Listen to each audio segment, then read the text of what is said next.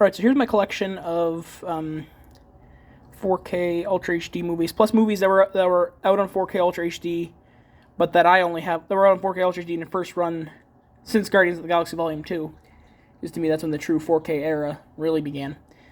That were released on 4K. So I do have some movies like Mitchell's vs. the Machines, Dora and the Lost City of Gold, Sponge on the Run, Buzz Burgers movie, which were released only on Blu-ray. Or in the case of Buzz Burgers, the 4K was only at Best Buy as a steelbook, and therefore the only reason that doesn't count is because I couldn't get my hands on it. So there you go. So, but yeah, like a lot of these movies I could upgrade to 4K if I wanted to, but I just don't want to. Whatever. So we have Incredibles 2, Toy Story 4, Puss in Boots: The Last Wish, Wonder Woman 1984, Zack Snyder's Justice League, The Batman, Deadpool 2, the Super Duper Cut, Venom, which is the most recent sort of movie that was on 4K that I just have the Blu-ray, most recent one. I actually like this cover better than the 4K one, to be honest, but that's just me. Venom: Let There Be Carnage, Morbius. It's Morbin time, baby.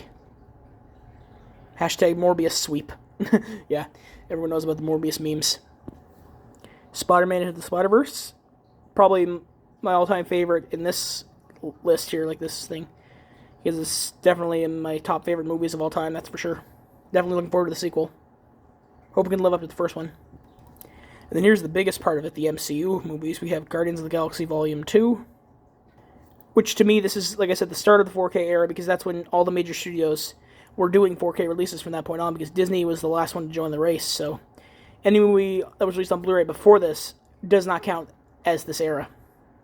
Like, it has, like, to me, it's a whole system I have. Like, I'll have to go into it some other time, but it's, like, it has to, like, factor into, like, being, like, for my collection, theatrical releases and Blu-ray releases all started to line up, like, the eras and whatever. It's hard to explain, but you know what I mean. I'll go into that in another video. Spider-Man: Homecoming, Thor: Ragnarok, Black Panther, Avengers: Infinity War. The reason why I have a lot of these on regular Blu-rays is because I didn't actually have a 4K player yet when I bought these. Ant-Man and the Wasp, Captain Marvel, Avengers: Endgame. You probably remember my unboxing of this back in 2019 when I first got it. Spider-Man: Far From Home. And even though I've succumbed to MCU fatigue, I still buy all the newer ones. So we have Black Widow, Shang-Chi and the Legend of the Ten Rings, Eternals, Spider-Man: No Way Home, which was easily my favorite of this phase. Like Phase 4. Doctor Strange and the Multiverse of Madness. I can go into a whole lot of reasons why all these movies were kind of letdowns and stuff, but I think a lot of it has to do with Bob Chapek being at the helm. Like, to me, every single bad thing that happened with these was obviously because of Bob Chapek's cost-cutting measures, and I'm so glad he's out of Disney. I don't think they're ever going to recover from it, though. So, yeah. But that's another tale for another time. Spider-Man: No Way Home was the, like, it's funny now, like, back in the day, we're like, Sony can't make a good movie without Marvel, but now it's Marvel can't make a good movie without Sony, so. Thor: Love and Thunder, Black Panther: Wakanda Forever, and I will be getting Ant-Man and the Wasp: Quantumania when it comes out. The King's Man. I still, years later, haven't been able to find Kingsman: The Golden Circle on 4K. I'll have to get that sometime. Pokemon Detective Pikachu, Sonic the Hedgehog, Sonic the Hedgehog 2,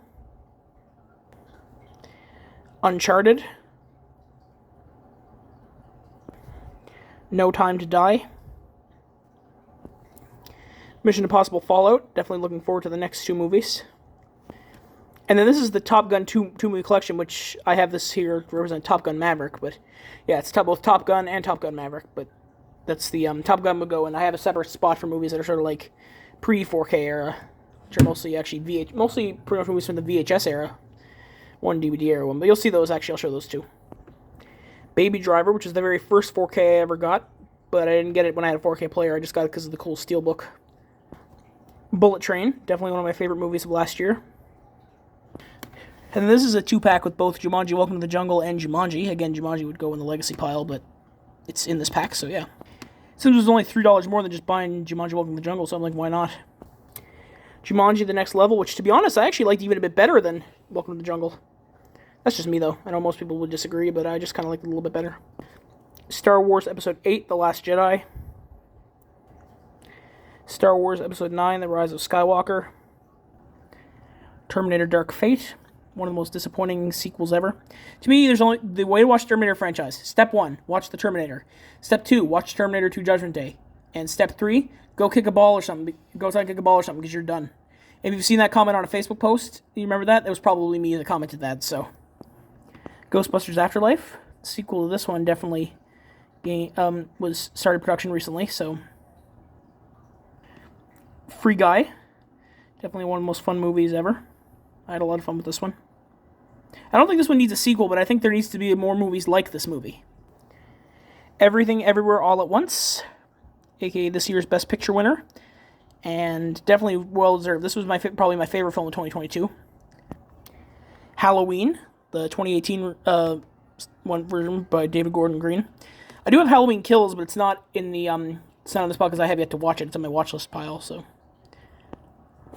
And then this really nice Once Upon a Time in Hollywood gift set actually comes with like a Mad magazine, a poster, a 45 record, and the movie. Really nice. I got this at Walmart, so. And just quickly, I'll show you the legacy pile. We have Hellboy. This is the artwork they use on the old Director's Cut DVD. The Dark Crystal, which I got because my old one needed replacing.